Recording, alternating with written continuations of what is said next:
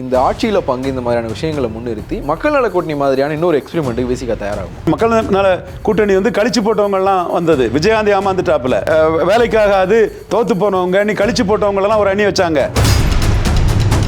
விஜய் மாதிரியான ஆப்ஷன்ஸை எக்ஸ்ப்ளோர் பண்ணுறதுக்கு விசிக விரும்பாங்க. பல நிரூபிக்காத விஜய் எந்த கூட்டணியில் போனாலும் சிவாஜி மாதிரி 1/2% மேலே வேல்யூ இல்லை அவருக்கு. நீங்கள் அஜித் வந்தால் அஜித் உடனே ஒரு தலைவரா, சிவகார்த்திகேயன் வந்தால் ஒரு தலைவரா? உலகத்தையே காக்க ரச்சைக்கு அம்மா தாயை என்னையும் காப்பாத்தம்மா என்ன ஜெயலலிதாட்ட அழுதவர். 2014 ஜெயலலிதாவுக்கு எதிராக மோடியை சந்தித்தவர். அதுக்கு பிறகு ஜெயலலிதா சாகிறது வரை அந்த மனுஷன் அரசியலை பேசலை. ஆட்சியில் பங்கு, அதிகாரத்தில் பங்கு அப்படிங்கிற விஷயத்தையும் வந்து விசிக தொடர்ச்சியாக பேசுது. அவங்க 2026 வந்து அந்த பார்வையோடைய அணுகிற ஒரு இதில் இருக்காங்க. இதை ஸ்டாலின் ஏற்றுக்கு வர நிச்சயமாக அதற்கான சக்தி விடுதலை சிறுத்தை இல்லைங்கிறத நான் ஆணித்தரமாக சொல்லுவேன். ஸ்டாலினுக்கும் திருமாவளவன் தேமுதிகவோட பெட்டர், பாமகவோட பெட்டர். இந்த 3 பேரில் யார் வேணும்னு கேட்டால் ஸ்டாலினுக்கும் திருமாவளவன் பெட்டர். திருமாவளவன் 11 பாமக கூட சேர்ந்து நிற்கும் போது பொருந்தா கூட்டணியாகி எலி தவளை நட்பாகி அவ்வளோ வாஷ் அவுட் ஆயிட்டார். திமுக கூட்டணி உடையணும், இப்போ இருக்கிற கூட்டணி நீடிக்க கூடாது அப்படிங்கிற எண்ணம் உள்ளவங்க விசிகாக்குள்ளேயும் இருக்காங்களா? திருமாவை தாண்டி துரைமுருகனே எக்ஸாம்பிள், திராவிட இயக்கம்னு சொல்லக்கூடிய ஐயா துரைமுருகனே எக்ஸாம்பிள்.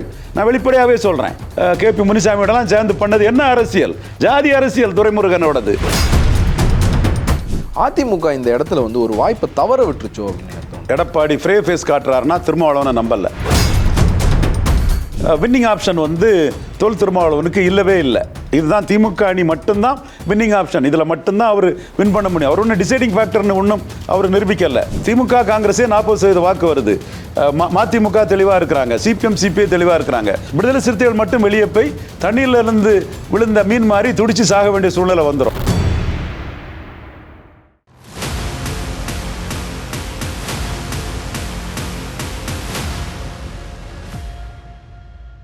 இந்திய அரசியல் நேயர்களுக்கு வணக்கம். அரசியல் களம் நிகழ்ச்சிக்கு உங்களை வரவேற்பது ஜெயிலானி. இன்றைய நிகழ்ச்சியில் நம்மோடு மூத்த அரசியல் விமர்சகர் ரவீந்திரன் துரைசாமி இணைந்திருக்கார். பேசும் சார். வணக்கம். வணக்கம் ஜெயிலானி. திமுக விசிக கூட்டணி கிட்டத்தட்ட உடையவே போகுது அப்படிங்கிற அளவுக்கு பேச்சுக்கள் போய் இன்னைக்கு விசிக தலைவர் திருமாவளவன் முதலமைச்சர் ஸ்டாலினை சந்திச்சதுக்கு பிறகு அந்த பேச்சுக்கள் கொஞ்சம் குறைய தொடங்கி இருக்கு. இந்த பிரச்சனை முடிஞ்சிருச்சா இல்லை இன்னும் முடியாமல் இருக்கா? இந்த பிரச்சனை செட்டில்டு மேட்ரு. இவங்க வெற்றி பெறுறது வரை இந்த கூட்டணி தொடரும். அதில் எந்த மாற்றமும் இல்லை. திருமாவளவனுக்கு வேறு ஆப்ஷனே இல்லை. ஸ்டாலினுக்கும் திருமாவளவன் தேமுதிகவோட பெட்டர், பாமகவோட பெட்டர். இந்த 3 பேரில் யார் வேணும்னு கேட்டால் ஸ்டாலினுக்கும் Thirumavalavan better. Thirumavalavan less expensive, more beneficiable. So அந்த அடிப்படையில் வின் இருக்கக்கூடிய இந்த கூட்டணி வந்து உடையாது. என்ன கான்செப்ட்னா, திருமாவளவனுக்கு தான் மதிமுக CPM CPIயை விட அதிகம் கான்ட்ரிபியூட் பண்ணுறோம், அவங்களுக்கும் 6 நமக்கும் 6 தானாங்கிற ஒரு எண்ண ஓட்டம் திருமாவளவனுக்கு இருக்குது. காரணம், அவர் வந்து ஒரு பெரிய சமூகத்தை பிரதிநிதிப்படுத்துகிறார். உடனே நான் அந்த ஜாதி கட்சின்னு சொல்லிட்டாருன்னு சொல்லலை. தம்பி பாலாஜி வன்னியர் MLA இருக்காப்புல, தம்பி ஆளூர் ஷானவாஸ் இஸ்லாமிய சகோதரன் MLA இருக்கிறாப்புல. அவரும் பொதுத்தளமாக கொண்டு போகிறார். பட் அவரை பேக் பண்ணுறது பறையர் சமூகம்தான். அந்த பறையர் சமூக வாக்குகளை அவர் பாமகவுக்கு எதிராக ஒரு பெரிய கேட்லிஸ்டாக பயன்படுத்தி திமுக அணிக்கு வெற்றியை கொடுத்துருக்கிறாரு. 2009 பாமகவை அனைத்து தொகுதிகளையும் தோற்கடிக்க செய்தார். 2019 அதை செய்தார். 24 21 அந்த வெற்றி அவருக்கு கிடைச்சிது. அதே திருமாவளவன் 11 பாமக கூட சேர்ந்து நிற்கும்போது பொருந்தா கூட்டணியாகி எலி தவளை நட்பாகி அவ்வளோ வாஷ் அவுட் ஆகிட்டார். இதைத்தான் ஆதவ் அர்ஜுனானாலும் சரி, இவர் ரவிக்குமார்னாலும் சரி யோசித்து பார்க்கணும். திருமாவளவனுக்கு தெரியாததல்ல, அவங்களும் யோசித்து பார்க்கணுங்கிறத நான் சொல்ல வர்றேன். இப்பவும் திருமாவளவனுக்கு எதிராக வேறு ஆப்ஷன் இல்லை. நீங்கள் ஒரு ஆப்ஷன் பார்த்தா தமிழக அளவில் 20%, தெற்க 10, மேற்க ஒரு 20, 22, வடக்க 33ங்கிற அளவுக்கு வட தமிழகத்தில் பலமாக இருக்கக்கூடிய அதிமுக ஒரு ஆப்ஷனாக தான் திருமாவளவனுக்கு இருக்குது.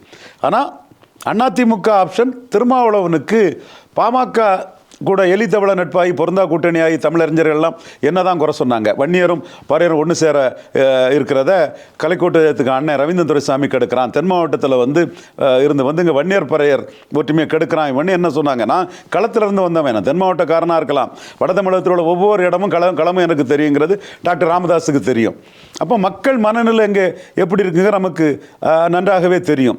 அந்த வகையில் அவங்களுக்கு நான் சொன்ன முதல் கருத்து என்னென்னா, எப்பா வன்னியரும் பறையரும் ஒற்றுமையாக இருக்கணும்ப்பா, நல்லதாம்பா, ரெண்டு பெரும்பான்மை சமுதாயம் அமைதிக்கு நல்லதாம்பா. அப்போ முதலியார் முஸ்லீமு, உடையார், அகமுடையார், மற்றவங்கள்லாம் செங்குந்தரெல்லாம் கடலை தூக்கி போடவா, எல்லாரும் ஒற்றுமையாக இருக்குன்னு சொல்லுங்கப்பா.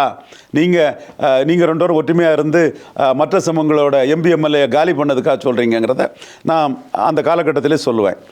அப்போது அந்த வன்னியர் பறையர் ஒற்றுமைங்கிறத வந்து அவங்க திருமாவளவன் ராமதாஸை மையமாக வச்சு 2011 பண்ணும்போது அது பொருந்தா கூட்டணியாகி எலிதவள நட்பாகி சுத்தமாக திருமாவளவன் வாஷ் அவுட் ஆகிட்டார்.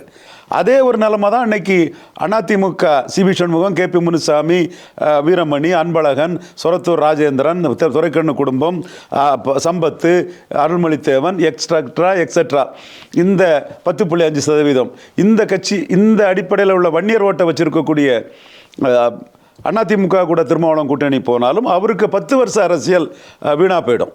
நான் இது ஆணித்தரமாக தெளிவாக களத்தில் இருந்து சொல்கிறேன். மற்ற ஏசி ரூம் அரசியல் விமர்சகர்கள் மாதிரி சொல்லலை. 10 வருஷம் அரசியல் விடா போயிடும். அதை திருமாவளவன் உணர்ந்ததுனால தான் 2024 நான் போக மாட்டாருன்னு சொன்னேன். அதே மாதிரி அவர் போகலை, 2 சீட்டு ஜெயித்து அங்கீகாரத்தையும் வாங்கிட்டார். இன்னும் சொல்லப்போனால் விழுப்புரம் சிதம்பரத்தில் அதிமுக ஸ்ட்ராங்காக தான் இருக்குது, நான் மறுக்க வரல. எப்படி ஸ்ட்ராங்காக இருக்குது? திருமாவளவன் எதிர்ப்பு ஓட்டையும் சப்ஸ்டான்ஷியலாக வச்சுருக்காங்க. நம்ம இது விழுப்புரம் தொகுதியில் உள்ள இதை பார்த்தாலே தெரியும். உதயசூரில் நின்னதுக்கும் பானையில் நின்னதை பார்த்ததுமே அதை இன்ட்ராஸ்ட் பண்ணி பார்த்தாலே விடுதலை சிறுத்தைகளில் உள்ள எல்லாருக்குமே ரவிக்குமாருக்கு அது தெளிவாக தெரியும், புரியும். அடுத்த கட்டம் 10.5ங்கிறதுல வன்னியர் வன்னியர் வாக்குகளை வச்சுருக்காங்க. அதுக்கு இன்னொரு புள்ளியில் தேமுதிக வாக்குகளை உளுந்தூர்பேட்டை, திருக்கோயிலூர் போன்ற இடங்களில் நம்பர் 1 ஆகி அவங்க வச்சுருக்கிறாங்க. விஜயகாந்த் சிம்பதி தேமுதிக முடிஞ்சது, விஜயகாந்த் சிம்பதியில் மறுபடியும் முளைச்சி வந்துட்டு. ஆக இந்த 3 ஃபேக்டரும் திருமாவளவனுக்கு எப்படி ஹெல்ப் பண்ணும்? ஹெல்ப் பண்ணாது. விடுதலை சிறுத்தைகள் ஹெல்ப் பண்ணாது. 10.5 வன்னியர் கொடுத்தாருங்கிற அந்த பெருமை மிகு ஓட்டு, அந்த ப்ரைடு, வன்னியர் ப்ரைடு ஓட்டு திருமாவளவனுக்கு விடுதலை சிறுத்தைகளுக்கு வராது. சிறுத்தைகளுக்கு எதிராக சிறுத்தைகளை தோக்கடிக்கணும்னு ரெட்டலை தான் தோக்கடிக்கணும் போன ஓட்டு திருமாவளவனுக்கு வராது. ஸோ இப்போ நீங்கள் என்ன சொல்கிறீங்கன்னா, அதிமுக விசிகா கூட்டணி அமைஞ்சா அதிமுக ஓட்டும் விசிகாவுக்கு வராது, விசிகா ஓட்டும் அதிமுகவுக்கு போகாது. கண்டிப்பாக போகாது. பொருந்தா கூட்டணி ஆயிரும், எலிதவள நட்பாயிரும், அது ஒர்க் அவுட் ஆகாமல் போயிடும். அதுதான் உண்மை நிலைமை. அப்போ திமுக அணியை தவிர வின்னிங் ஆப்ஷன் வந்து திருமாவளவனுக்கு இல்லவே இல்லை. இதுதான் திமுக அணி மட்டும்தான் வின்னிங் ஆப்ஷன். இதில் மட்டும்தான் அவர் வின் பண்ண முடியும். அவர் ஒன்றும் டிசைடிங் ஃபேக்டர்னு ஒன்றும் அவர் நிரூபிக்கலை. ராமதாஸாவது ஒரு கட்டத்தில் டிசைடிங் ஃபேக்டர்னு நிரூபித்தார். எப்படி நிரூபித்தார்? 98 ஜெயலலிதா அணியில் நிரூபித்தார், 99 திமுக அணியில் நிரூபித்தார், 2001 ஜெயலலிதா அணியில் நிரூபித்தார், 2004 கலைஞர் அணியில் நிரூபித்தார், 2006 கலைஞர் அணியில் நிரூபித்தார், 2009 நாங்கள் விஜயகாந்தை காட்டி விஜயகாந்தும் ஜெயலலிதாவும் சேர்ந்தா 40 சீட்டும் உங்களுக்கு போயிடும், தலையே போயிடும்னு கலைஞர் சொன்னதும், கலைஞர் ரவீந்திர துரைசாமியும் சொன்னால் செய்வான் சொன்னது அந்த நான் நாடார் வக்கீல் சொன்னால் செய்வான்யா, ஒவ்வொருத்தர்கிட்ட எந்த லாபமும் பார்க்காம காத்து கிடந்தாது இந்த அலைன்ஸ் அவன் உருவாக்கிடுவான்யா அப்படின்னு சொன்ன சூழ்நிலையில் அவர் வந்து பாமகவை அதிமுக கூட்டணியில் கொண்டு நிறுத்தும் போது மக்கள் மத்தியில் என்ன பார்த்தாங்க? தொடர்ந்து வெற்றி பெற்ற இதில் இவர் இப்படி அணி மாறுறார, இது என்ன அரசியல், இது வந்து சந்தர்ப்பவாத அரசியலாக இருக்குன்னு எல்லாருமே சேர்ந்து பாமகவை தோக்கடிச்சிட்டாங்க. இத்தனைக்கும் அது டிசைடிங் ஃபேக்டருங்க. அந்தஸ்து பெற்ற கட்சி.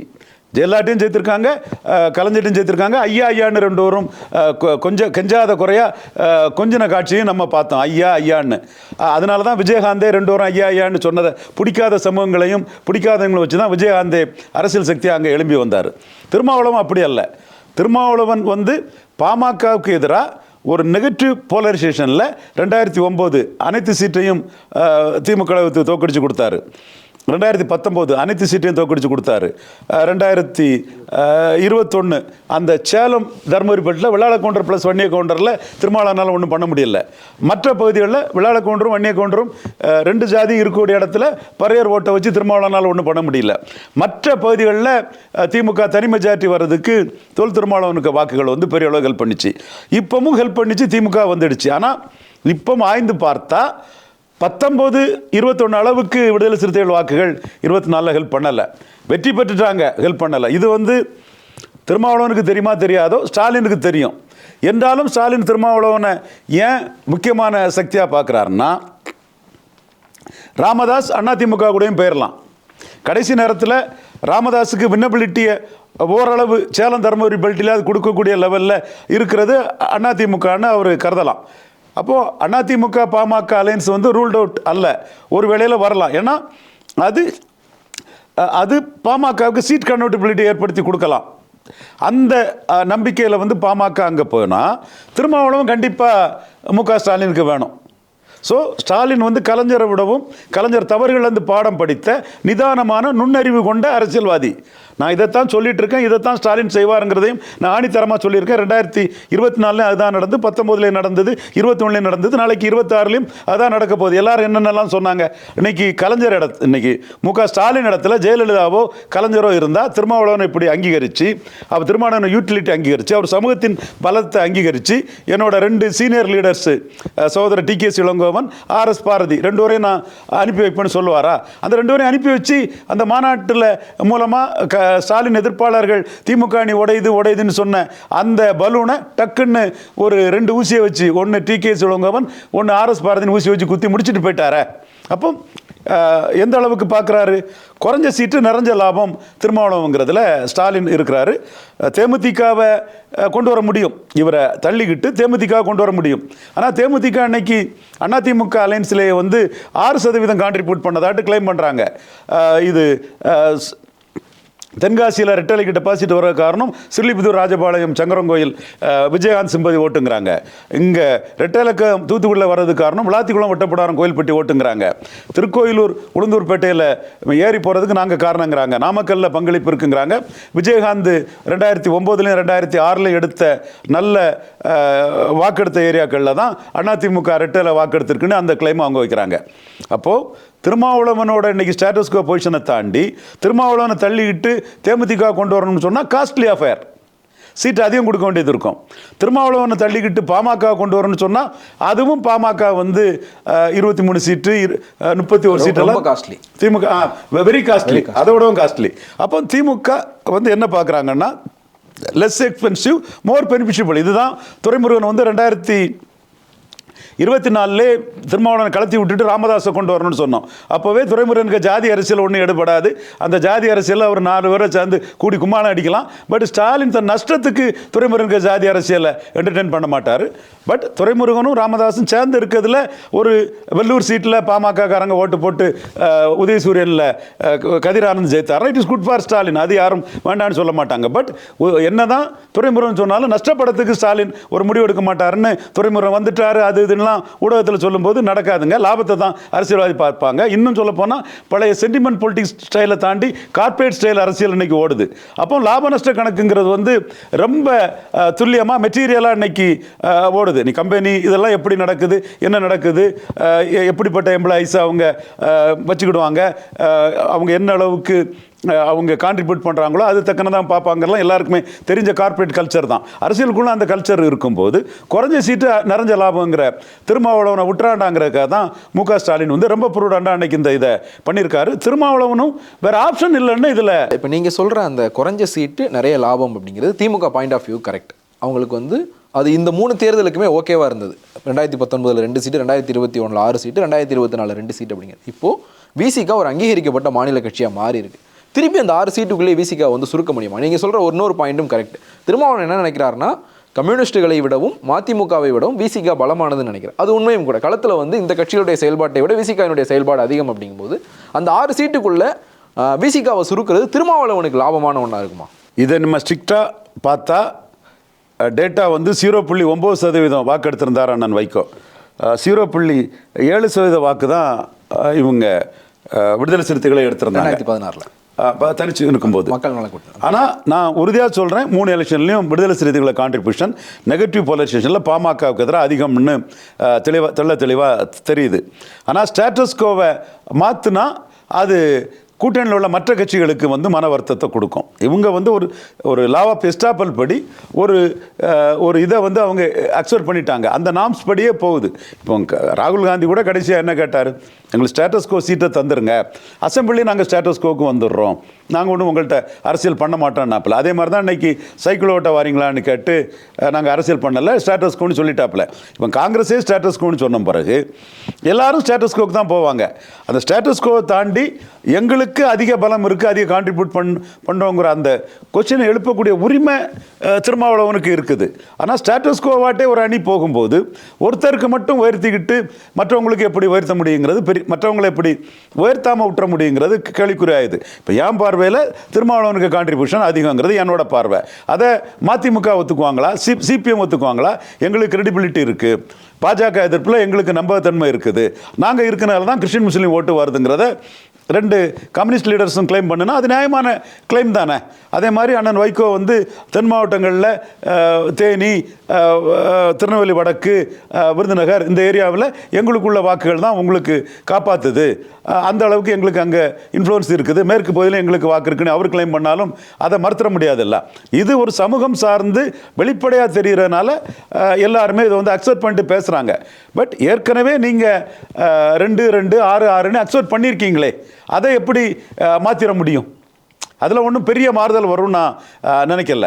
அத்தகைய மாறுதல் வரலைங்கிற கோபத்துக்காக நீங்கள் வந்து மோடி எதிர்ப்புங்கிறத எதிர்த்து போனீங்கன்னா, அணி மாறினீங்கன்னா 2009 பாமக நிலைமை உங்களுக்கு வரும். இப்போவே 3 தடவை நீங்கள் ஜெயித்து பவர்ஃபுல்லாக இருக்கிறதே காஸ்டிஸ்ட் மென்டாலிட்டி உள்ள பலருக்கு பிடிக்கல. அப்போ அவங்கெல்லாம் இதுதான் வாய்ப்புன்னு அவங்க எல்லா கட்சிக்குள்ளேயும் இருக்கிறாங்க, திமுகவுக்குள்ளேயும் அவங்க இருக்கிறாங்க. துரைமுருகனே எக்ஸாம்பிள், திராவிட இயக்கம்னு சொல்லக்கூடிய ஐயா துரைமுருகனே எக்ஸாம்பிள். நான் வெளிப்படையாகவே சொல்கிறேன். இவர் கேபி முனிசாமியோடலாம் சேர்ந்து பண்ணது என்ன அரசியல்? ஜாதி அரசியல் துரைமுருகனோடது. சும்மா திராவிட இயக்கம் அதுன்னு சொல்லிக்குவாங்க. அவங்களுக்கே இது தாங்க முடியாத ஒரு தன்மை இருக்குது. அதே மாரி தான் ஸ்டாலின் இதை வந்து மெயின்டைன் பண்ணி கொண்டு போகிறாரு. இதே மைண்ட் செட் உள்ளவங்க எல்லா இடத்துலையும் இருக்கிறாங்க. விசிகாவுக்குள்ளேயுமா? பிசிகாவுக்குள்ள இல்லை, பிசிகா மேலே பிசிகா 3 தடவை வெற்றி பெறராக இருக்கிறாங்களேங்கிறத பொறுக்க முடியாத மைண்ட் செட் உள்ளவங்க எல்லா கட்சிக்குள்ளேயும் இருக்கிறாங்க.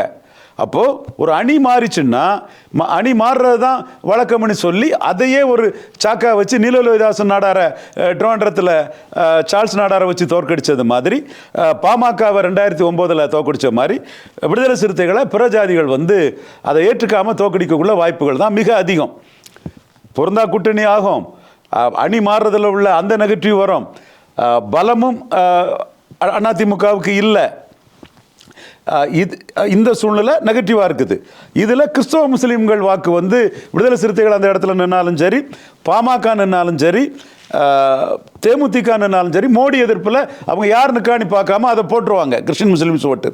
ஸோ திமுக காங்கிரஸ் அலையன்ஸில் இருக்கும்போது இந்த கிறிஸ்டின் முஸ்லீம் கன்சால்டேஷன், தலித் கிறிஸ்டின்ஸோட கடுமையான உழைப்பு, முஸ்லீம்களோட ஒரு ஆதரவுங்கிறது திருமாவளவனுக்கு என்ஷூர் ஆகுது. அதே வேளையில் அதிமுக கூட்டணிக்கு போனால் அந்த இன்டர்மீடியட் காஸ்ட் ஓபிசி ஓட்டு வராது. அவங்க 4வது முறையும் திருமாவளவன் வெற்றி பெறா நிற்கணுமான்னு தான் நினைப்பாங்க. அது அவருடைய கட்சியில் இருக்கக்கூடிய பலருக்கு அதை அசஸ் பண்ண முடியாமல் இருக்கலாம். நாம் தெளிவாக அசஸ் பண்ணி சொல்கிறோம், இதுதான் அங்கே ஒர்க் அவுட் ஆகும். அது திருமாவளவனுக்கு பேரிடியாக முடியும், மிகப்பெரிய பின்னடைவை சந்திப்பார். நாம் அரசியல் களத்துக்குள்ளே இருந்து மக்கள் மனநிலையை புரிஞ்சு அதை சொல்கிறோம். சொசைட்டி என்னங்கிறது அம்பேத்கரையும் படித்தவர் தான், கிரடேஷனை புரிஞ்சவர் தான் சகோதரர் Thol Thirumavalavan. Ascending order community, descending order கம்யூனிட்டியை எப்படி பார்க்குறாங்கிறதெல்லாம், அதே மாதிரி descending order community, ascending order community எப்படி பார்க்காங்கிறதும் திருமாவளவனுக்கு தெரிஞ்சது தான். வடதமிழகத்தின் வெற்றி வீரருங்கிற திருமாவளவன் மூலமாக பரையர் சமூகத்துக்கு ஒரு முக்கியத்துவம் வர்றதை ஹிந்து சொசைட்டியில் உள்ள காஸ்ட் வந்து அதை நெகட்டிவாக பார்ப்பான். மைனாரிட்டி கிறிஸ்டின் முஸ்லீம்ஸ் வந்து பாஜக எதிர்ப்பில் அதுக்குள்ளே போக மாட்டான் பெரும்பாலும். அவன் நம்ம பாஜக எதிர்ப்பில் உறுதியாக இருக்கிறார், இவருக்கு ஓட்டை போட்டுருவோன்னு போட்டுருவாப்பில். அப்போது காங்கிரஸ் இன்க்ளூசிவ் டிஎம்கே அலையன்ஸுங்கிறதும் கூடுதல் பலமாக தொல் திருமாவளவனுக்கு இருந்துகிட்டு இருக்குது. ஸோ இது எல்லா இதையுமே நீங்கள் ப்ளஸ் அண்ட் மைனஸ் கவுண்ட் பண்ணி பார்த்தா இந்த அணியில் கலந்துக்கிற, இந்த அணியில் தொடர்றது தான் திருமாவளவனுக்கான வெற்றி வாய்ப்பு அதிகரிக்குமே தவிர, இதை டிச் பண்ணிட்டு போனது 2011 ஒரு பெரிய பேரிடியை சந்தித்த மாதிரி மிகப்பெரிய அடியை திருமாவளவன் வாங்கக்கூடிய ஒரு சூழ்நிலையும் அவருக்கு அரசியல் அரங்கத்தில் உருவாக்கிறோம். ஏன்னா இப்போ பேசுகிறவங்க திருமாவளவன் மேலே உள்ள நல்லெண்ணத்திலேயோ இதிலேயோ பேசலை, திமுக அணி உடையாதான்னு நினைக்கிறவன் தான் பேசிகிட்டு இருக்கிறான். அப்போ திருமாவளவன் தான் இதில் அலர்ட்டாக இருக்கணும். இப்போ நானே திருமாவளவனை கூப்பிடுவேன், எதுக்கு நீங்கள் 2 MP வச்சுருக்கீங்க, மோடிக்கிட்ட வாங்க, MOS வாங்கி தரேன்னு கூப்பிடுவோம். அது ஏன் என்னோட இது, நம்ம வெளிப்படையாக சொல்லி தான் பண்ணுறேன். மற்றவன் வெளிப்படையாக சொல்ல மாட்டான். திருமாவளவன் வர்றதில்லை, வர்றக்கூடிய இதுலேயும் அவர் இல்லை. பட் நாம் கூப்பிட்றோம்னா எங்கள் நோக்கம் இதுங்கிறத சொல்லி தான் கூப்பிட்றோம். மற்றபடி இன்னைக்கு திருமாவளவனுக்காக கண்ணீர் வடிக்கிறவன்லாம் திருமாவளவன் வெற்றி வீரராக இருக்கிறதே ஏற்றுக்க முடியாதவன் தான். அவன் எவனாக இருந்தாலும் அந்த வெற்றி பெறா இருக்கிறத ஏற்றுக்கிட முடியாது தான், அதை ஜீரணிக்க முடியாது தான், தீயில மிதித்த மாதிரி அவாவானி கதறக்கூடியவன் தான் அவனோட நோக்கம் என்னன்னா திமுக அணிக்கு எதிரான ஒரு பார்வை தான். பட் திருமாவளவனுக்கு எதுன்னு சொன்னால் வெற்றி பெற்ற அணியில் தொடர்றது தான் பெட்ரு.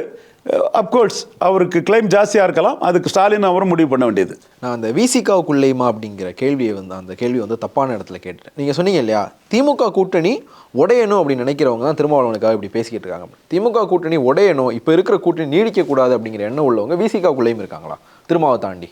விசிகாவுக்குள்ளேயும் சில புரோக்கர்கள் இருக்காங்கன்னு தம்பி வன்னியரசு சொன்னாப்புல, அது நம்ம திருமாவளவன் தான் பால் எது தண்ணி எதுன்னு அன்னப்பறவை மாதிரி அதை பார்க்கணும். நம்ம யாரையும் அதில் குறை சொல்ல விரும்பலை. தங்களோட பலம் பெருசுங்கிறத ஒரு கட்சிக்காரங்க கிளைம் பண்ணுறதுல தப்பு இல்லை. பட் யதார்த்தம் என்னங்கிறத முடிவெடுக்க வேண்டிய இடத்துல தலைவர் தொல் திருமா இருக்கிறார். என்னை இந்த இடத்துக்குள்ளே கேட்டால் ஸ்டாலினுக்கு ஆளும் பார்ப்பேன். நான் ஒன்றும் ஸ்டாலினுக்கு ஆளுலாம் கிடையாது. ஸ்டாலின் ஆர்கேனால டெபாசிட் இழந்தவர் தான், யாரை போட்டாலும் ஜெயிக்குன்னு சொல்லி 3வது போனவர் தான், மருது கணேசை போட்டு அவரும் 25% இருக்கவர் தாங்கிறது வெளிப்படையான உண்மை. நம்ம ஸ்டாலினை போய் பார்க்கக்கூடிய ஒரு சூழ்நிலை வந்தோன்னா மோடிக்கு தேவைன்னா ஸ்டாலினை நம்மளும் சந்தித்து திமுக தலைவர் மதிப்புக்குரிய முத்தமிழறிஞரின் புதல்வர் ஐயா மு.க. ஸ்டாலின் அவர்களே, உங்கள் தந்தையார் மத்திய அரசில் நிலையான ஆட்சிக்கு ஒரு ஆதரவு கொடுத்த மாதிரி மோடி குடும்பம் நம்ம கேட்க தயங்காதவங்க தான். பட் இன்னைக்குள்ள லெவலில் என்ன அரசியலோ அதை நம்ம புட்டு வச்சுக்கிட்டு இருக்கோமே தவிர ஸ்டாலினுக்கு பலகீனத்தையும் நம்ம இந்த இடத்துல மறைச்சு பேச வேண்டிய அவசியம் நமக்கு இல்லை. அந்த காம்பினேஷன் கெமிஸ்ட்ரியான வெற்றிங்கிற போதே ஸ்டாலினுக்கு பலமும் 25 தாங்கிறது தெளிவாக தெரியுது. அதே மாதிரி இப்போ நீங்கள் பேசும்போது தங்களுடைய கிளைமை கேட்குற உரிமை விசிகாவுக்கும் திருமாவளவனுக்கும் இருக்குது, அதை முடிவெடுக்க வேண்டியது ஸ்டாலின் தான் அப்படிங்கிறத சொல்லிங்க. ஒரு கூட்டணி தலைமையாக அவர் தான் முடிவெடுக்கணும். இதை தாண்டி ஆட்சியில் பங்கு, அதிகாரத்தில் பங்கு அப்படிங்கிற விஷயத்தையும் விசிகா தொடர்ச்சியாக பேசுது. அவங்க 2026 அந்த பார்வையோடைய அணுகிற ஒரு இதில் இருக்காங்க. இதை ஸ்டாலின் ஏற்றுக்கு வரா? நிச்சயமாக அதற்கான சக்தி விடுதலை சிறுத்தை இல்லைங்கிறத நான் ஆணித்தரமாக சொல்லுவேன். ஒரு காம்பினேஷனில் வெற்றி கொடுக்கக்கூடிய அளவுக்கு சக்தி இருக்குது. ஆட்சியில் பங்குன்னு சொல்லக்கூடிய அளவுக்கு டிசைடிங் ஃபேக்டர் ஆட்டு அங்கே யாருமே இல்லை. இந்த ஆட்சியில் பங்குங்கிறதுக்குள்ள சூழ்நிலை 2 தடவை தமிழ்நாட்டுக்குள்ளே. ஒன்று 1967 முதறிஞர் ராஜாஜி பேரறிஞர் அண்ணா பெருந்தகையை ப்ரெஷர் பண்ணி வாங்கியிருக்கலாம். ஏன்னா அண்ணா அன்னைக்கு மக்களவைக்கு நிற்கல, காஞ்சிபுரத்தில் தோத்தனால, 62 தோத்தனால 67 தென்சென்னை மக்களவைக்கு தான் நின்னார், சட்டமன்றத்துக்கு நிற்கல. மன்னிக்கும், சட்டமன்றத்துக்கு நிற்கல. அப்போது அவர் 10% வாக்கு பலத்தோட ஒரு கூட்டணியில் இருந்த முதறிஞர் ராஜாஜி சுதந்திராவே 7.8 எடுத்திருந்தாங்க. அவர் கேட்டிருந்தா அண்ணா கொடுத்துருக்கலாம். அவர் என்ன நினச்சாருன்னா, இங்கே மைனாரிட்டி கவர்மெண்ட் வரும், நாம சிஎம் ஆயிடலாம், கூட்டணி ஆட்சின்னு நம்ம இப்போவே கண்டிஷன் போட்டால் திமுகவுக்கு தான் சிஎம் போஸ்ட்டு அந்த மெயினுங்கிறது ஒத்துக்கிட்டது மாதிரி இருக்கும். ஒரு அலையன்ஸுக்கு யாருக்கும் தனி மெஜாரிட்டி வரலன்னா ஹங்கு வந்தால் நம்ம மேனிப்புலேட் பண்ணி காங்கிரஸ் சப்போர்ட்டில் கூட நம்ம உட்காந்துடலாம், அல்லது அதை தவிர்க்கிறதுக்கு நம்ம தலைமையிலே கவர்மெண்ட்டுங்கிற அளவுக்கு அவர் பார்லிமெண்ட்டுக்கு தானே அண்ணா இருக்கிறாரு, அப்படி ஒரு சுச்சுவேஷன் வருங்கிறக்காக அவர் கேட்காமலே விட்டுருக்கலாம். எனிவே அது கேட்காதது அவர் பொலிட்டிக்ஸ் ஹை ரிஸ்க் பிஸ்னஸ். அவர் கேட்காதது அவர் கட்சியை சேர்ந்தவங்களுக்கு அமைச்சர் வர்றதுக்கு உள்ள வாய்ப்பை கெடுத்துட்டு, அவர் கேட்காம இருந்ததுக்கு ஒருவேளையில் தான் சீஃப் மினிஸ்டர் வர்றது கூட வாய்ப்பு வந்துடும் கூட முதறிஞர் ராஜாஜி கணக்கு போட்டிருக்கலாம். It is a calculation. அன்னைக்கு நடந்தது. அன்னைக்கு கோட்டை விட்ட இடம். அதற்கு பிறகு ஒரு கட்சி வெற்றி பெற்ற பிறகு கீழே இறங்கி வரமாட்டாங்க யாருமே இறங்கி வர்றது வீக்னஸ்ஸு. தோக்கக்கு முன்னே தோல்வி ஒத்துக்கிட்ட மாதிரி தான். மீண்டும் அப்படி ஒரு சூழ்நிலை வந்தது 2006 கலைஞருக்கு 100 சீட்டு கூட வரல, இரட்டை இலக்கத்தில் தான் இருந்தார். அப்போ சோனியா காந்தி அம்மையார் டெல்லி அரசியல் முக்கியம்னு அவங்க மந்திரி சபை கேட்கல. டாக்டர் ராமதாஸும் மேல் சபை கொண்டு வரதான் முக்கியம்னு அவரும் மந்திரி சபை கேட்கல. கம்யூனிஸ்ட் நாங்கள் கூட்டணி வைக்கல, தொகுதி உடன்பாடு தான், we will not press for that ன்னு கம்யூனிஸ்டோட ஒதுங்கிட்டாங்க. ஸோ அவர் மைனாரிட்டி எம்பிஸோட மெஜாரிட்டி கவர்மெண்ட்டாக நடத்தினார். அப்புறம் அதைத்தான் சொல்லுவார், மைனாரிட்டிஸ் ஆதரவு பெற்ற மெஜாரிட்டி கவர்மெண்ட் சொல்லுவார். ஜெயலலிதா அம்மையார் மைனாரிட்டி கவர்மெண்ட்னு சொல்லுவாங்க. ஸோ தனியாட்சி நடத்தினார், மெஜாரிட்டி இல்லாமலே தனியாட்சி நடத்தினார், சிங்கிள் பார்ட்டி கவர்மெண்ட் நடத்தினார். காரணம் டெல்லி அரசியல் கிளைமேட்டில் சோனியா காந்தி இதாக இருந்ததும், மேல் சபை தான் வேணுங்கிறதுல டாக்டர் ராமதாஸ் இருந்ததும், ஆன் பாலிசி நம்ம தொகுதி உடன்பாடு தான், கூட்டணி கிடையாது கம்யூனிஸ்ட் இருந்ததும் அது போச்சு. இன்றைக்கி டெல்லி கிளைமேட்டில் 22 எம்பிக்கள் முக்கியம். 19, 24 எங்களுக்கு எம்பியை வெற்றி பெற்று தந்த மாதிரி அதுதான் முக்கியம்னு மல்லிகார்ஜுன கார்கே, சோனியா காந்தி, ராகுல் காந்தி, பிரியங்கா காந்தி 4 பேருமே ஒரே நேர்கோட்டில் சிந்திக்கிறாங்க. அதில் எந்த ஒரு பிசிறும் யாருக்கிட்டையுமே இல்லை, மாறுபட்ட கருத்தே இல்லை. காரணம் 22 எம்பி இருக்கக்கூடிய ஸ்டாலின் இழந்தாங்கன்னா இந்தியா அலையன்ஸு இந்தியாவிலே 14,000, மோடி 4வது முறை வர்றதுக்குள்ள வாய்ப்பு. அதைத்தான் அவங்களுக்கு மோடி எதிர்பார்க்காது, பேரசைட்டுங்கிற கருத்தை சொல்கிறாரு. அந்த வாய்ப்பை அது கொடுத்துரும். ஸோ அவங்க வந்து ஸ்டாலின் கையிலே விட்டுட்டாங்க, சைக்கிள் ஓட்ட வாரான்னு சொல்லும்போது, ஸ்டாலின் வந்து நீங்கள் முக்கியம்னு சொல்லும்போது அந்த ஸ்டேட்டஸ் கோவை அவங்களுக்கு மெயின்டைன் பண்ணிடுவாருன்னு தெரியுது. ஸோ திமுக காங்கிரஸே 40% வாக்கு வருது. மதிமுக தெளிவாக இருக்கிறாங்க, சிபிஎம் சிபிஐ தெளிவாக இருக்கிறாங்க. ஸோ விடுதலை சிறுத்தைகள் மட்டும் வெளியே போய் தண்ணீர்ல இருந்து விழுந்த மீன் மாதிரி துடிச்சு சாக வேண்டிய சூழ்நிலை வந்துடும். ஸோ அவங்களும் இதை அட்ஜஸ்ட் பண்ணிட்டு போறதுக்கு தான் காங்கிரஸ் வாய்ப்பு அதிகம். கூட்டணி ஆட்சி அப்படிங்கிற ஒரு விஷயத்தை கையில் எடுக்காம விசிகாவால் அதை பண்ண முடியாதுன்னு சொல்றீங்க? கண்டிப்பா காங்கிரஸ் கூட்டணி ஆட்சிங்கிறத கையில் எடுக்காம விசிகாவால் பண்ண முடியாது. அது 2006 காங்கிரஸ் அதை கையில் எடுக்கல. அவங்களுக்கு டெல்லி தான் முக்கியம். இப்போ மோடி வந்து ஒட்டுண்ணிகள் பேரசைட்டுன்னு காங்கிரஸ் கட்சியை ஸ்டாலின், அகிலேஷ் யாதவ், சரத்பவார், தேஜஸ்வி யாதவ் எல்லாத்திட்டையும் அலர்ட் பண்ணக்கூடிய வேலையை மோடி பார்க்கும்போது காங்கிரஸ் கட்சி இவர்கள்ட்ட இறங்கி போக வேண்டிய நிர்பந்தம் காங்கிரஸ் கட்சிக்கு இருக்குது. காங்கிரஸ் ஸ்டாலின்கிட்ட மோதினாப்பிலன்னா அது சரத்பவாரும் காங்கிரஸ் இப்படி தானே முடிவு பண்ணிடுவாப்பில், தேஜஸ்வி அகிலேஷ் எல்லாம் பண்ணிடுவாங்க. இந்திய அளவில் காங்கிரஸ் வந்து என்டிஏ கவர்மெண்ட்டை மாற்றிடலாம், மோடியை மாற்றிடலாங்கிற அந்த கனவு அங்கே தகர்ந்து போகும். ஸோ அது தகரக்கூடாதுங்கிறதுக்காக 22 எம்பிக்களோட 2 தேர்தலில் வெற்றியை கொடுத்த ஸ்டாலினுக்கு மிக அதிக முக்கியம் ராகுல் கொடுக்குறாரு. இது தமிழ்நாடு அரசியலில் யாருமே இதை அப்சர்வ் பண்ண மாட்டாங்க. ஏன்பா டெல்லி கிளைமேட் இதுங்கிறது கூட தெரியாமல அரசியல் பேசிகிட்டு இருப்பீங்க, டெல்லி கிளைமேட் இது. ஸோ இந்த கிளைமேட்டில் 40% பலமுள்ள திமுகவும் காங்கிரஸும் ஒன்றா இருக்கும்போது, மற்ற கட்சிகளும் இருக்கும்போது, விடுதலை சிறுத்தைகளும் இருந்து தான் தீரணும். அதுதான் ப்ரூடன்ட் பொலிட்டிக்ஸாக இருக்க முடியும். அதுதான் அவங்களுக்கு வந்து வெற்றிக்கான வழியாக இருக்க முடியும். அதை தாண்டி போனால் தண்ணியில் இருந்து தரையில் விழுந்த மீன் மாதிரி தான் விடுதலை சிறுத்தைகள் நிலைமை ஆகுங்கிறத நான் ஆணித்தரமாக அடித்து சொல்கிறேன். அதிமுக இந்த இடத்துல வந்து ஒரு வாய்ப்பை தவற விட்டுருச்சோ அப்படின்னு எனக்கு தோணுது. இவங்க வந்து இந்த பிரச்சனை போய்கிட்டே இருக்கும்போது அதிமுக தரப்பு என்ன சொல்கிறாங்கன்னா, வெற்றி பெற்று ஆட்சி அமைச்சாலும் வந்து நாங்கள் அதிகாரத்தில் வந்து பங்கு கொடுக்க மாட்டோம், கூட்டணி ஆட்சிக்கு அதிமுக தயார் இல்லை அப்படின்னு. 2001 2006 காலகட்டத்தில் 2006 தேர்தலுக்கு தயாராகிட்டு இருக்கும்போது கலைஞர் ஒரு முறை சொன்னார், எனக்கு வந்து இந்த ஆட்சியை அகற்றணும் அப்படிங்கிறதா முதல் குறிக்கோள், நான் கூட்டணி ஆட்சி கூட தயார் அப்படின்னு. 2004 40க்கு 40 ஜெயிச்சு வலுவாக இருந்த கலைஞரை வந்து கூட்டணி ஆட்சிக்கு தயார்னு சொன்னார். ஆனால் ஒரு தொடர் தோல்வியை சந்திச்சுக்கிட்டு இருக்கிற அதிமுக நாங்கள் தேர்தலுக்கு பின்னாடி முடிவு பண்ணோம் அப்படிங்கிற ஒரு வார்த்தையை கூட இதில் பயன்படுத்தியிருக்கலாம். ஆனால் கூட்டணி ஆட்சிக்கு தயாரில்லை அப்படின்னு சொன்னது மூலமாக ஒரு கூட்டணி பேரத்தில் தன்னை முன்னிறுத்த வேண்டிய ஒரு இடத்த அதிமுக தவற விட்டுருச்சுன்னு பார்க்குறீங்க? இல்லை, எடப்பாடி ஃப்ரே ஃபேஸ் காட்டுறாருன்னா திருமாவளவனை நம்பலை. திருமாவளவன் நம்மகிட்ட வரமாட்டார். நான் சொல்லக்கூடிய கருத்துக்கள்லாம் திருமாவளவன் அதை வெயிட்டேஜ் கொடுப்பாருங்கிறது எடப்பாடிக்கு தெரியுது. ஸோ எடப்பாடி அந்த சுச்சுவேஷனில் வராத ஒருத்தருக்காக நம்மளை காட்டி ஒரு பார்கெனிங் பொலிட்டிக்ஸை திமுக காங்கிரஸ் கூட்டணிக்குள்ளே பண்ணக்கூடிய ஒருத்தருக்காக நாம் இறங்கி போகாண்டாம், நாம் கோட்டை வரதுக்கு முன்னாடியே குறிஞ்சிட்டோம்னா காலி ஆகிடுவோம், நாம் பலகீனப்பட்டுருவோங்கிறக்கா ஃப்ரே ஃபேஸ் காட்டி 20% ஓட்டையை வச்சுக்கிட்டு தனி ஆட்சிங்கிற அந்த இதை அவங்க காட்டுறாருன்னா அது எடப்பாடி பழனிசாமி வில் போர்வில் தான். நான் பலமுறை எடப்பாடி பழனிசாமியை நான் புல் டவுன் பண்ணுறேன், எடப்பாடி பழனிசாமி கிட்டே டிக்ளேர் பண்ணியே நான் சொல்கிறேன் மிதுன் பழனிசாமி கிட்ட. பட் அவங்க மெரிட்டை என்னைக்கு நான் குறைச்சி சொல்ல மாட்டேன். இந்த இடத்துல அவர் மெரிட்டோரியஸாக தான் எடப்பாடி பழனிசாமி இருக்கிறார். இப்போ அண்ணாமலை சொல்கிற மாதிரி திமுகவும் அதிமுகவும் வந்து பங்காளிகள் ஒரு ஆட்டத்தை ஆடிட்டாங்க நம்ம எடுத்துக்க முடியுமா? இதை அப்படி சொல்ல முடியாது. அரசியல் சூழ்நிலை முதல் கட்சி ரெண்டாவது கட்சின்னு இருக்காங்களே தவிர பங்காளிகள் அந்த மாதிரிலாம் சொல்ல முடியாது. அரசியல் பேசி வச்சுட்டு பண்ணாங்கன்னு சொல்லலை, ஆனால் ஒருத்தருக்கு தெரியாமல் இன்னொருத்தர் ஹெல்ப் பண்ணிட்டா மாதிரியான ஒரு சுச்சுவேஷன் தான் இந்த இடத்துல முதல் கட்சி ரெண்டாவது கட்சின்னு இருக்கக்கூடிய அந்த சூழ்நிலை தான். அதை அண்ணாமலை வந்து எடப்பாடியை 3ஆவது தள்ளிட்டாருன்னா எல்லாமே மாறி போகும். ஸோ அதுக்கு தான் அண்ணாமலை முயற்சி பண்ணிட்டு இருக்கிறாரு. 2026 எடப்பாடியை 3ஆவது இடத்துக்கு தள்ளிடலாம், 20% எடப்பாடியை 15% தள்ளிடலாம். அதுக்கு தேமுதிக சேர்க்கணுமாலும் சேர்க்கலாம், எந்தவித அரசியல் சமரசங்களையும் செய்து. ஏன்னா பிஜேபிக்கு அதில் ஒன்றும் இல்லை, அவங்களு கூட சேர்றதான் மற்றவங்க நஷ்டம்னு நினைப்பாங்க. அப்போ மத்திய அமைச்சர் எம்ஓஎஸ் எல்லாம் இருக்குது, அதை எப்படி பயன்படுத்தி கொண்டு வரனாலும் கொண்டு வரலான்னு அண்ணாமலை அதில் கருதுறாரு. நீங்கள் அவர் இங்கே வந்த பிறகு ஜனவரிக்கு மேலே அண்ணாமலைக்கும் எடப்பாடிக்குமான அந்த மோதல்கள் வந்து இன்னும் ஷார்ப்பனாகும்.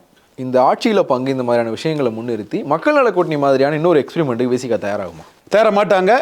அது தயாரானாங்க. மக்கள் நல கூட்டணி வந்து கழிச்சு போட்டவங்கலாம் வந்தது. விஜயகாந்தி ஏமாந்துட்டாப்புல, வேற எங்கேயும் வேலைக்காகாது தோத்து போனவங்க நீ கழிச்சு போட்டவங்களெல்லாம் ஒரு அணி வச்சாங்க. கழிச்சு போட்டவங்கிற வார்த்தையை அன்னைக்கும் சொன்னேன். விஜயகாந்தி ஏமாந்துட்டாரு. நான் இன்னும் சொல்கிறேன், மக்கள் தொண்டர் ஐயா அலரிசாமி நாயுடு மகன் காலில் கருணாநிதியும் ஜெயலலிதா விழுணுன்னு நான் எதிர்பார்த்தேன். அவர் தப்பாக அரசியல் பண்ணி ஏமாந்துட்டார். இன்னும் சகோதரர் எல்கே சுதீஷுக்கு தெரியும், சகோதரி பிரேமலதா விஜயகாந்துக்கு தெரியும் நான் என்ன நினைச்சேங்கிறது தெரியும். நான் எந்த அளவுக்கு விஜயகாந்த் குடும்பத்தின் மீது ஒரு மதிப்பு மரியாதை வச்சுருந்தேன். அவங்க தப்பு பண்ணிட்டாங்க, மற்ற இவங்கெல்லாம் கழிச்சு போட்டவங்க தான். அதே மாதிரி வந்து இதில் விசிகாவுக்கு அதிமுக வந்து விசிகாவை நம்மளை திருமாவளவனை நம்பலை அப்படிங்கிற விஷயத்த சொன்னீங்க. ஏன்னா விசிகாவுக்கு வந்து வேறு ஆப்ஷன்ஸ் எதுவும் இல்லையா? உங்களுக்கு வந்து கூட்டணி ஆட்சி அப்படிங்கிற மாதிரியான சில கனவுகள் இருக்குது. இதை வச்சு விஜய் மாதிரியான ஆப்ஷன்ஸை எக்ஸ்ப்ளோர் பண்ணுறதுக்கு விசிகா விரும்பாதா? விஜய் பல நிரூபிக்காத விஜய் எந்த கூட்டணியில் போனாலும் சிவாஜி மாதிரி 1/2% மேலே வேல்யூ இல்லை அவருக்கு. நீங்கள் அஜித் வந்து அஜித் உடனே ஒரு தலைவரா, சிவகார்த்திகேயன் வந்தால் ஒரு தலைவரா, இல்லை சூர்யா வந்துட்டா ஒரு தலைவரா? அதே மாதிரி பல நிரூபிக்காத ஒரு நடிகர் வந்திருக்கிறார், அவ்வளவுதான். அவர் இதுக்குள்ளே என்ன சாதிச்சார்? மோடியை போய் பார்த்தாரு. ஜெயலலிதா அம்மையார் மோடியா லேடியான்னு கேட்டு 6% வாக்கு அதிகப்படுத்தினாங்க. அப்போ விஜய் 2014 வெத்து வேட்டு செல்லாத நோட்டு தானே 6%. ஜெயலலிதா இவர் விஜயை மீறி தானே எடுத்திருக்கிறாங்க. விஜய் கள்ளக்குறிச்சி சாராய சாவை போய் பார்த்தாரு. திமுக அங்கே வாக்கு வங்கி பதிவு கூடிச்சு, திமுகவுக்கு வாக்கு கூடிச்சு.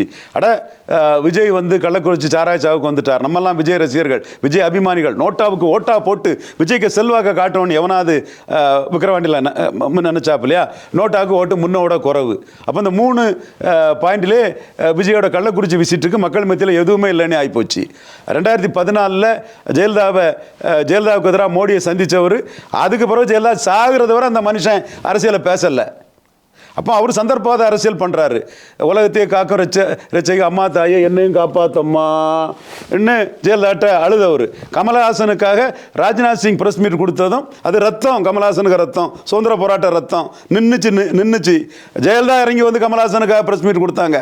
அந்த ரத்தம் என்ன, அந்த வீரம் என்ன, இவருக்கு சந்தர்ப்பவாத நிலைப்பாடு என்ன, நம்ம பார்த்தது தானே. அப்போ இப்படிப்பட்ட ஒருத்தர் என்ன சாதிச்சிட முடியும் அரசியல் களத்துக்குள்ளே?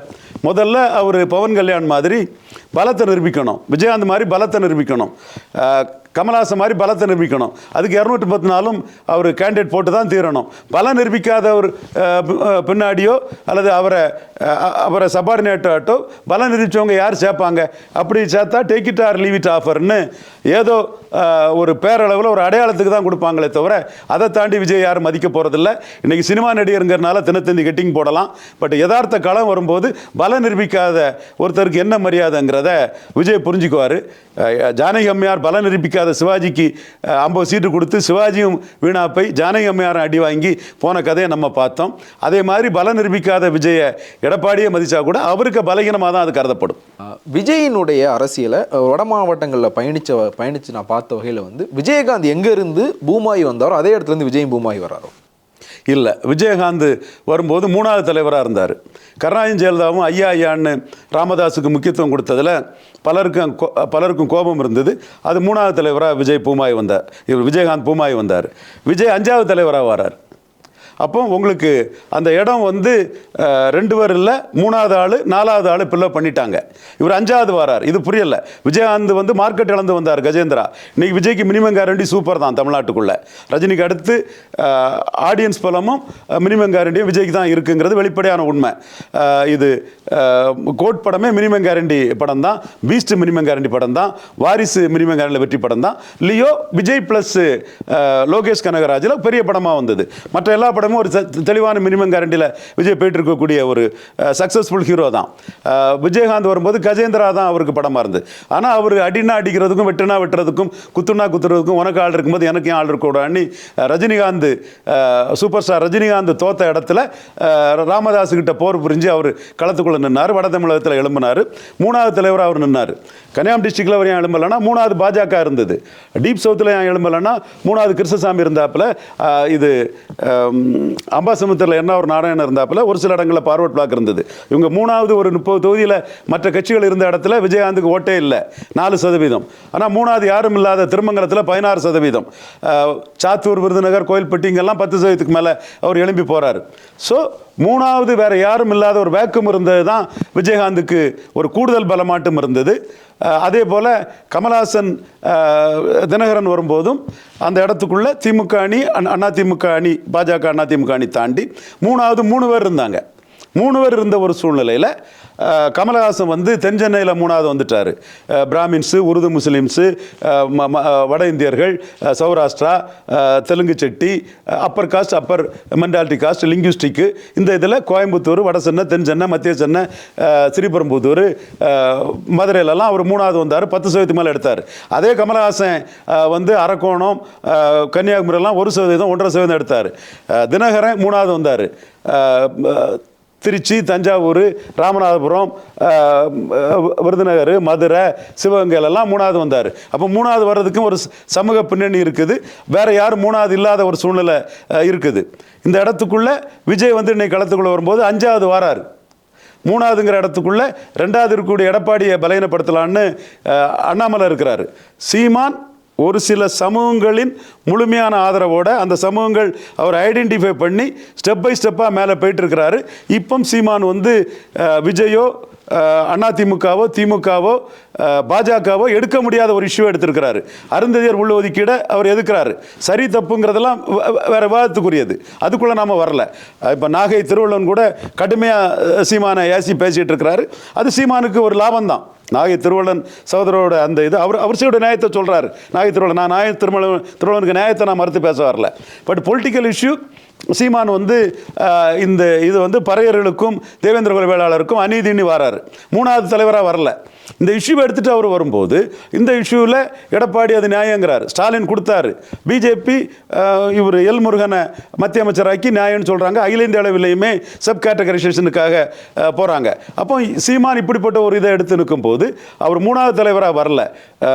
100% கம்யூனிட்டிக்காக வராரு. ஸோ இந்த 4 பேரை தாண்டி 5வது தான் விஜய் வராரு. விஜய் கஜேந்திரா விஜயகாந்தோட பாப்புலாரிட்டியில் உள்ளவர். ஆனால் கஜேந்திரா விஜயகாந்த் எடுத்த எடுப்பிலே 3வது வந்தார். அவர் பாப்புலாரிட்டியில் எடுத்த எடுப்பில் 3வது வந்தார். விஜய் 5வது இடத்துல தான் இருக்கார். 4% தான் நான் கணக்கு போடுறேன். இதை தாண்டி எவ்வளோ மேலே ஏறி வராங்க பார்க்கணும். இன்னொரு கணக்கு குறிச்சிடுங்க. கமலஹாசன் சீமான் கம்பேரிசன் சீமானுக்கு ப்ளஸ் மாதிரி சந்தர்ப்பவாதி, பல கலர்களை பச்சோந்தி மாதிரி மாறின விஜய், சீமான் பிரபாகரன் மகன் இருக்கக்கூடிய சீமான் கம்பேரிசனும் சீமான் ஆதரிக்க மக்கள் மத்தியில் சீமானுக்கு ப்ளஸ்ஸாக மாறும். விஜய் சீமான் கம்பேரிசன், கமலஹாசன் சீமான் கம்பேரிசன் எப்படி சீமானுக்கு ப்ளஸ்ஸோ அதே மாதிரி இதுவும் ப்ளஸ் ஆகும். மற்றவங்க 1000 சொல்லலாம். நான் சொல்கிறது பெரும்பாலும் களத்திலிருந்து கணிச்சு சொல்லக்கூடியது. இதுவும் சரியாக வரும். நடக்கும் பொறுத்து பார்ப்போம். இணையமும் கருத்து வரைக்கும் மிக்க நன்றி. மற்றொரு நிகழ்ச்சி சந்திக்கலாம். நன்றி, வணக்கம்.